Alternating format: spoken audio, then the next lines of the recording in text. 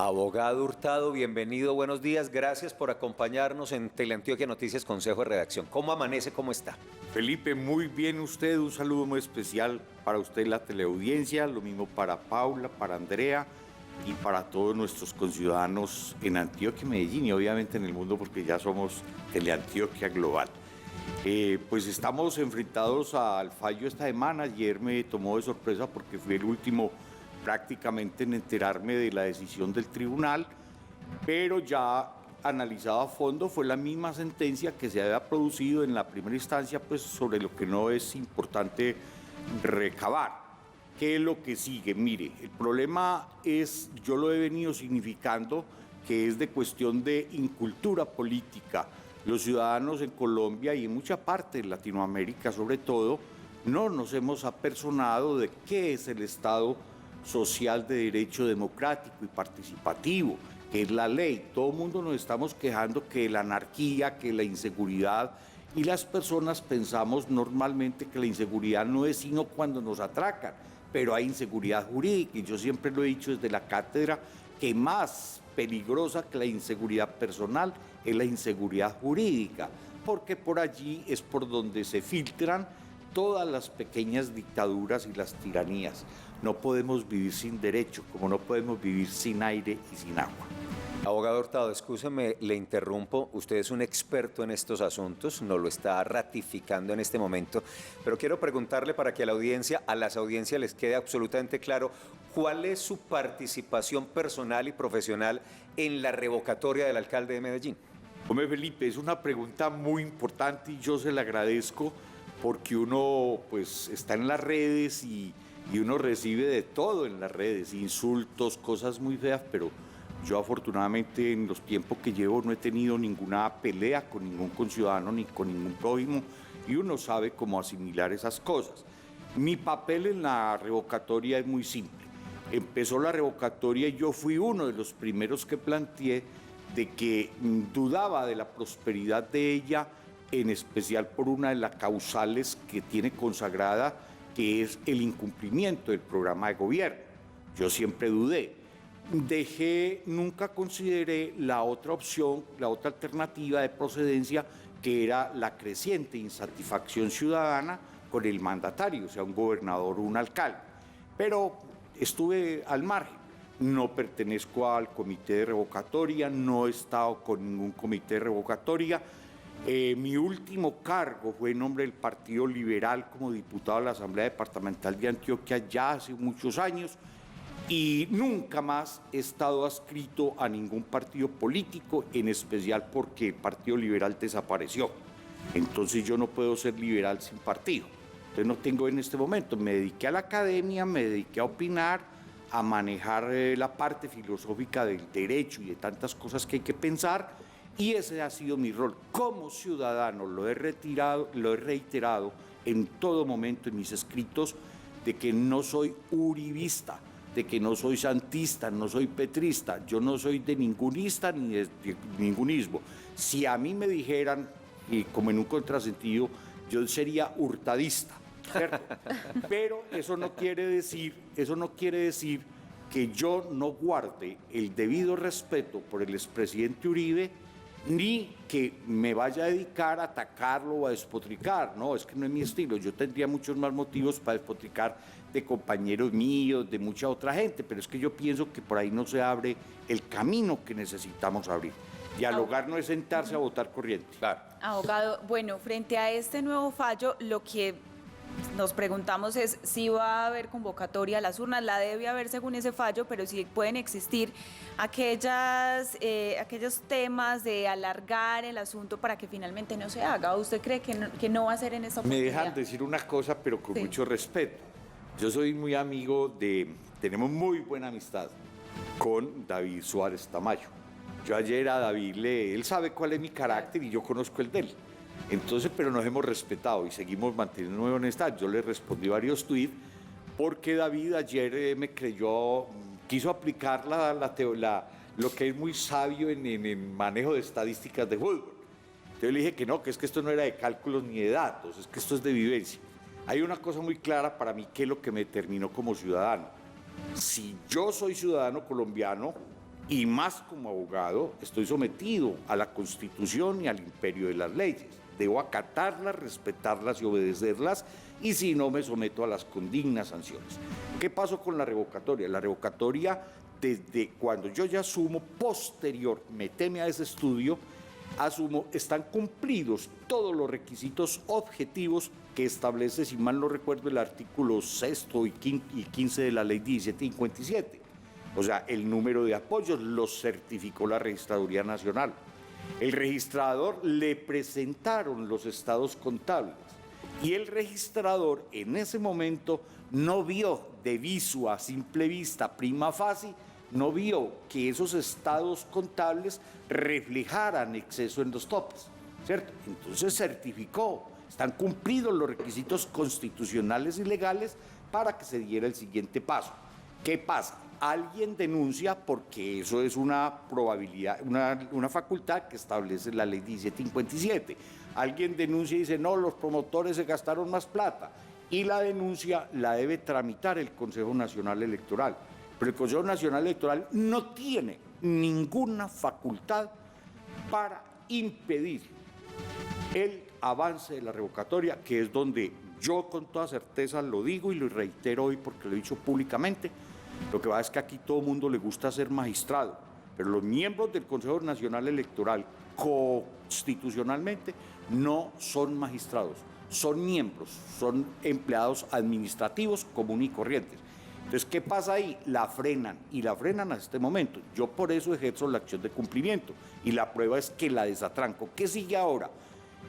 En cumplimiento de esa ley, los registradores o el registrador delegado de Medellín tiene el deber de enviarle al señor presidente de la República, Gustavo Petro, la comunicación dentro de estos 8 días siguientes a la ejecutoria, para que fije la fecha en la cual se van a celebrar votaciones, no elecciones, sino votaciones revocatorias en Medellín.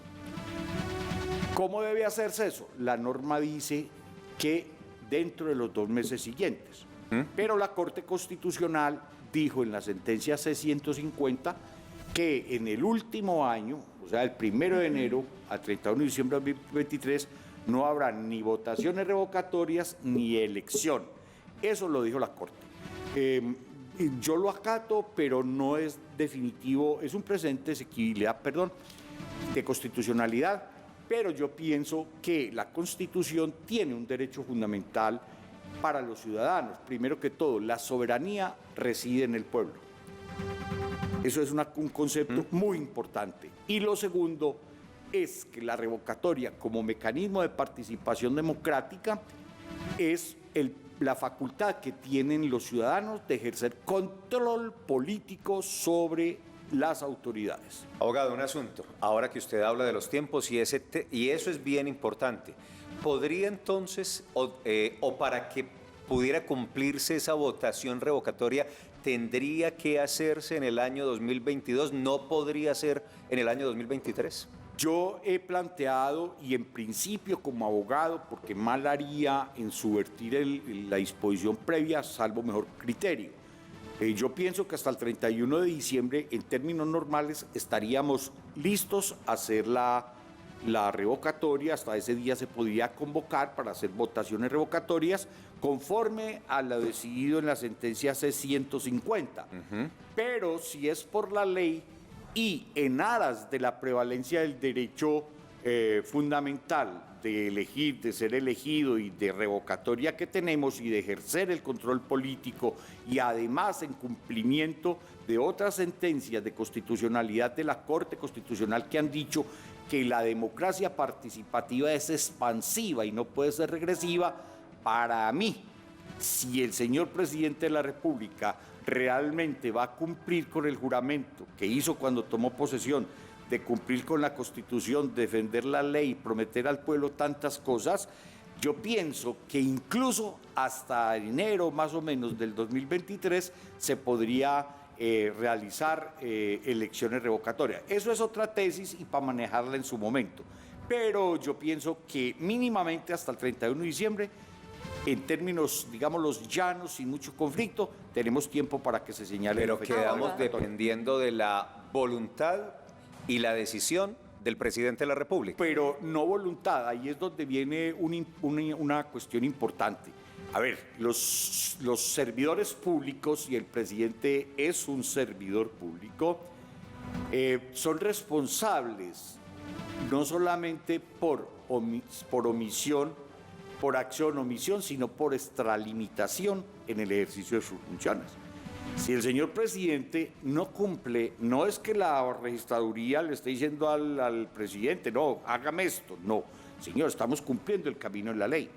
¿Qué es lo que sigue? El señor presidente debe, mínimamente hasta el 31 de diciembre o hasta antes de que llegue la fecha, decir, tal día van a hacer las votaciones revocatorias. Si él no lo hace, lo digo al país, si él no hace eso, el Estado social democrático de derecho, el Estado social de derecho democrático y participativo de Colombia está disuelto.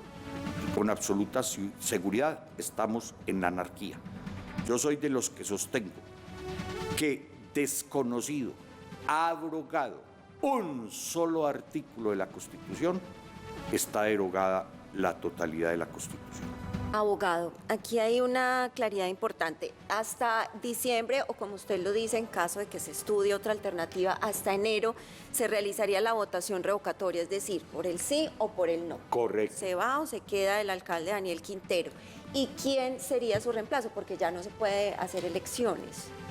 Ese es otro tema picante, Andrea. Mire, la ley es sabia. Obviamente hay vacíos legislativos, pero yo pienso la siguiente situación para el caso de Medellín.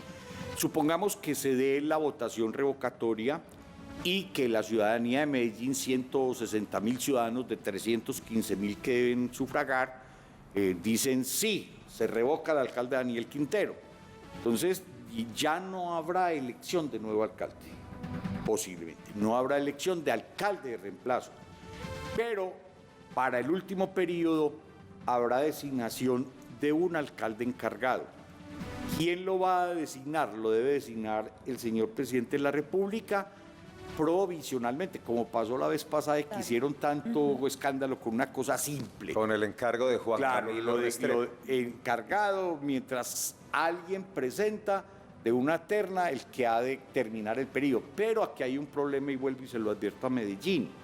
El señor Daniel Quintero, el movimiento del señor Daniel Quintero, al momento de su inscripción para la candidatura, viene por una coalición, ¿entiende? De grupos, una cuestión. Él no tiene un movimiento político con personería jurídica, por lo tanto, en un movimiento de esos ciudadanos no hay personería jurídica. Los partidos políticos en Colombia tienen personería jurídica. El equipo de él no tiene personería jurídica, por lo tanto, no hay, en mi criterio, quien presente una terna. ¿Qué pasa?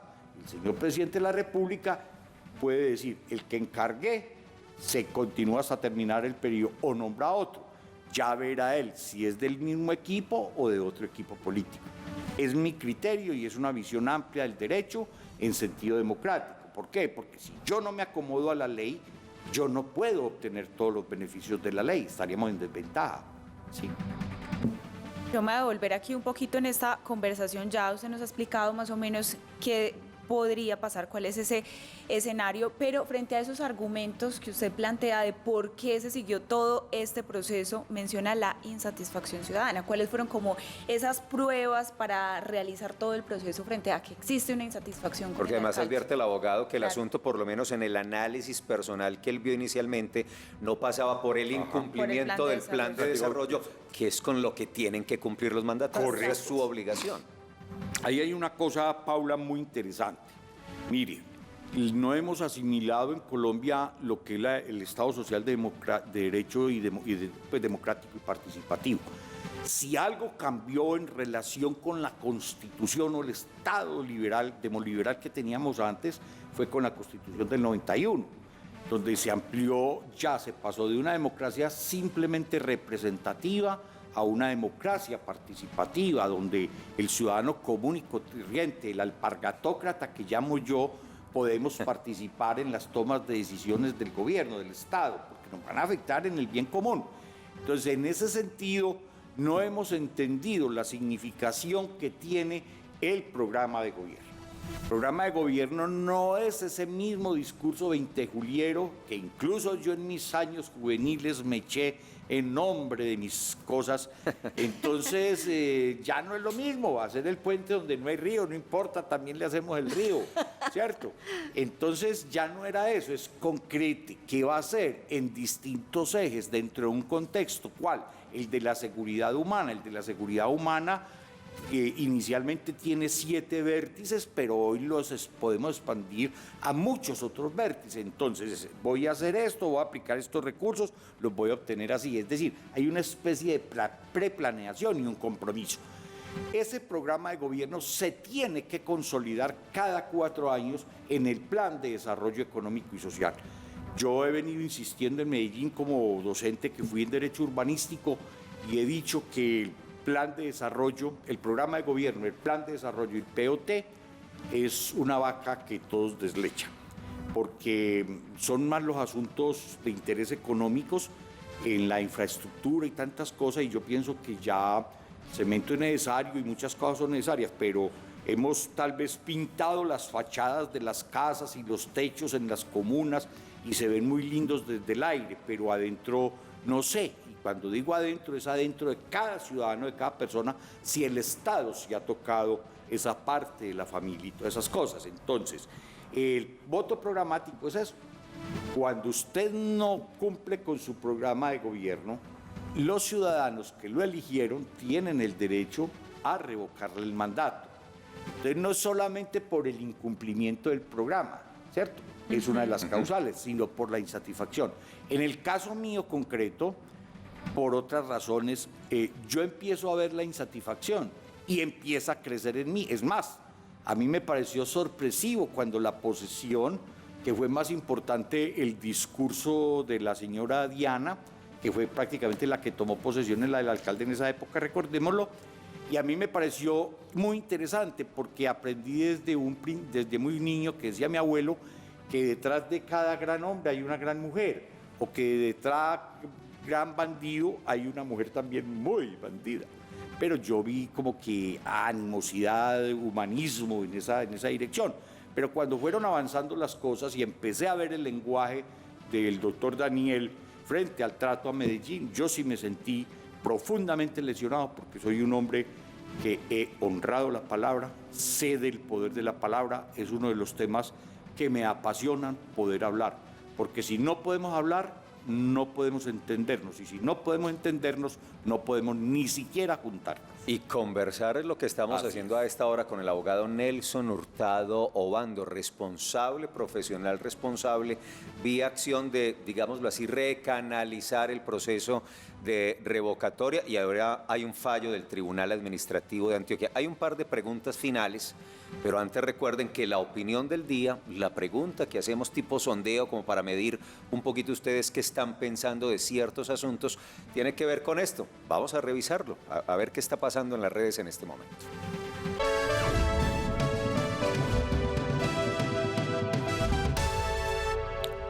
Empecemos en Twitter. A propósito de la posible reactivación de la revocatoria del alcalde de Medellín, Daniel Quintero, que termine el gobierno. Twitter, eso lo responde el 19%. Que lo revoquen, 74,1%. Ya ese asunto no me importa, 6,9%. Revisemos ahora la red social Facebook. Que termine el gobierno, 30%. Que lo revoquen, 62%. No me importa, un 9%. Vamos a ver sus respuestas en Instagram. Miren, que termine el gobierno, 23%. Que lo revoquen, 71%. No me importa, 6%. Marcada un poco la tendencia por el que lo revoquen. Obviamente en redes hay un poco más de posturas en ese sentido. ¿Qué tenemos por ahí en las redes sociales a esta hora? Twitter, Facebook e Instagram. Hay una postura que es muy sonada en las redes sociales de quienes están a favor o en contra, pero que ponen el precedente de los gastos que se tendría en caso de llegar a una revocatoria. Sandra J. Salazar dice, si bien no ha sido una buena gestión la de este señor, considero que en este momento no es de gastar plata en revocatorias. Y Luis B. en Twitter nos dice, es inconveniente la revocatorias revocatoria, 2 elecciones de alcalde en menos de 13 meses, financiera y políticamente desestabiliza el orden social y económico de la ciudad. Respetar la democracia es aceptar el triunfo o el fracaso de una elección. Argumentos importantes para esta conversación. ¿Y qué más hay por ahí, Andrea? Mire, espéreme que es que estoy tratando de Tranquila. buscar como de un lado y de otro.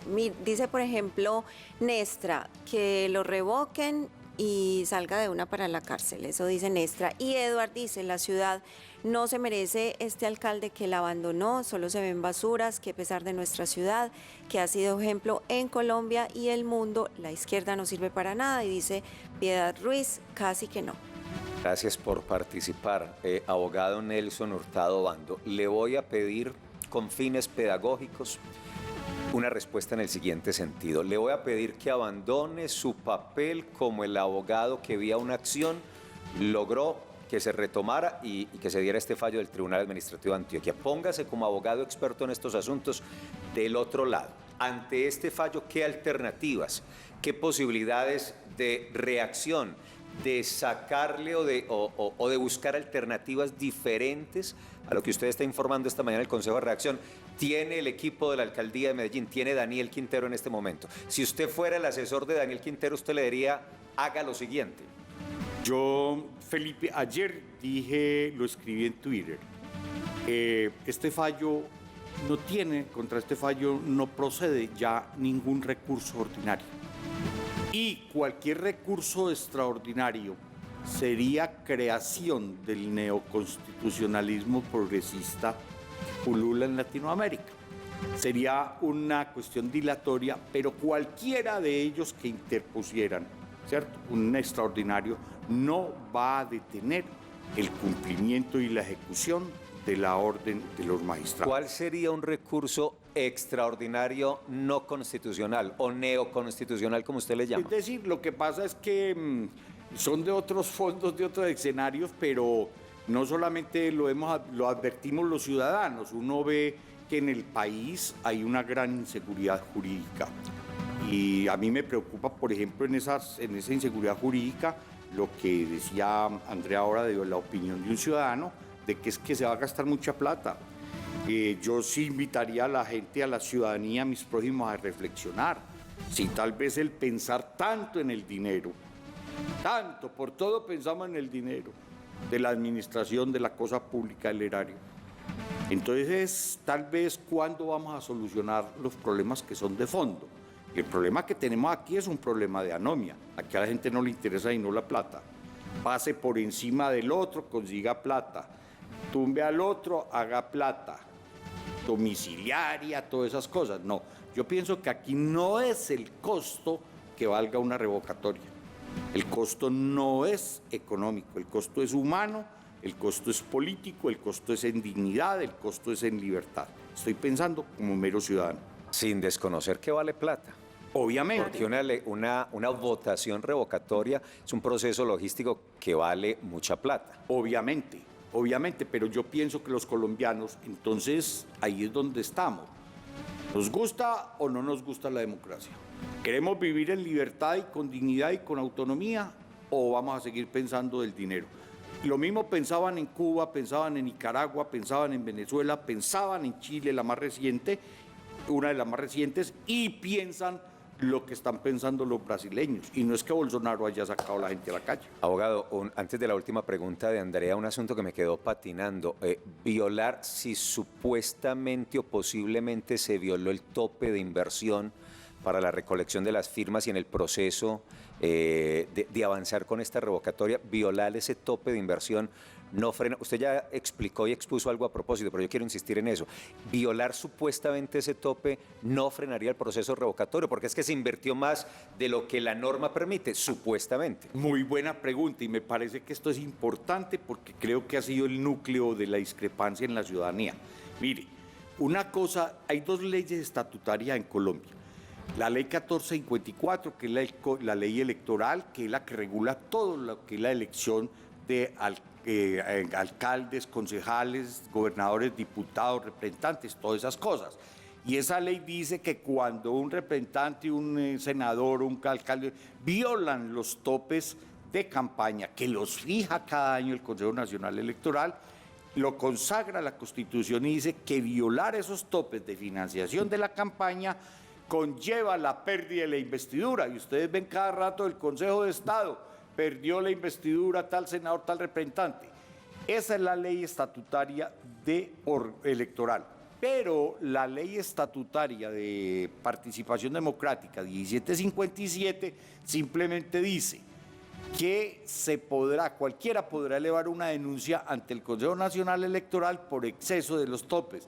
Y el Consejo Nacional Electoral investiga, pero no hay una sanción, porque sería para el promotor o los promotores de la revocatoria a quien debía sancionar, pero no jamás, nunca al pueblo, que es el que tiene la soberanía, como impidiéndole, inhibiéndole, quitándole ese poder que tiene de control político. No lo hay. Y la Corte Constitucional en ese sentido dijo, el Consejo Nacional Electoral, la competencia de él es para fijar los topes, pero no para ejercer control y vigilancia, pero no para certificar absolutamente nada. Ya yo insisto en ese sentido, sin ser muy exégeta, sino buscando la amplitud. Entonces, ¿qué va a pasar de aquí en adelante? Si el Consejo Nacional Electoral más adelante encuentra que el promotor o los promotores incurrieron en exceso de los topes, no va a haber pérdida de investidura de ellos, ¿cierto? Ni se va a retrotraer nada. No sé si esas conductas puedan establecerse en el marco de los delitos electorales, ¿cierto? Si caben alguno de ellos, pues obviamente que asumirán consecuencias penales, y si no caben, tampoco hay nada. Abogado, retomemos por favor entonces lo que viene. Usted ya nos lo ha explicado ampliamente, pero así, en manera muy concreta, Listo. ¿de qué estamos pendientes entonces en este momento? Estamos pendientes de que transcurran 8 días, no necesariamente, puede que ese es el término, hasta 8 días, para que la registradora especial mande la comunicación al señor presidente solicitando que cumplieron los requisitos para la revocatoria en la ciudad de Medellín y que proceda a fijar fecha. Quedamos a la mano del señor presidente, yo y en mi equipo de trabajo con mis hijas y todas las cosas hemos sido muy claros y hemos dicho pues que el presidente Petro ha sido elegido dentro de la democracia, juró cumplir fielmente con la Constitución y las leyes y le prometió al pueblo hacerlo. Esperamos que él lo haga entre los términos y que Medellín tenga la opción, como se ha expresado en redes, de que pueda ir a una votación ciudadana amplia, libre, a decir si revoca o no revoca a Daniel Quintero. Si lo revoca, pues ya sabemos el trámite. Si no lo revoca, el señor Daniel Quintero seguirá siendo el alcalde hasta el 31 de diciembre de 2023.